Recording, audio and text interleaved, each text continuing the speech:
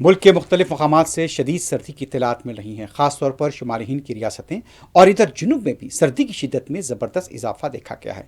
सबसे पहले बात करते हैं दिल्ली की। दिल्ली के कई इलाकों में दर्जे हरारत में नुमाया कमी हुई है। दिल्ली के बाज़ इलाकों में दर्जे हरारत 5 तो बाज़ 6 तक पहुँच गया है, यानी कि आने वाले चंद दिनों के अंदर दर्जे हरारत में और भी कमी का इम्कान है।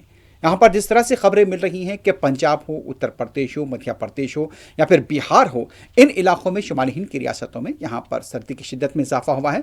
उधर कश्मीर के अंदर भी बर्फबारी और उसके बाद यहाँ पर सुबह के औकात में दर्ज हरारत -5 तक भी देखा जा रहा है। दिल्ली के बाद बात करते हैं उत्तर प्रदेश की। उत्तर प्रदेश से भी खबर मिल रही है कि कई इलाके जैसे कि कानपुर, लखनऊ की बात करें, प्रयागराज की बात करें, यहाँ पर सर्दी की शिद्दत में ज़बरदस्त इजाफा हुआ है। सुबह के औकात में लोग यहाँ पर आग सेकते देखे गए हैं। ये संभल का इलाका है और संभल में भी ये बताया जा रहा है कि सर्दी की शिद्दत में ज़बरदस्त इजाफा हुआ है। हालिया 3 दिनों के दौरान में सर्दी की शिद्दत काफ़ी तौर पर बढ़ गई है।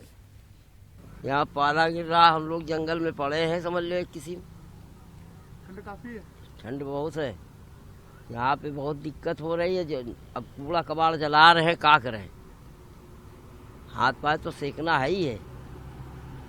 भैया क्या नाम है आपका? हमारा शिवम ठाकुर नाम है। शिवम, कितनी ठंड है, कितनी दिक्कत होती है सुबह सुबह?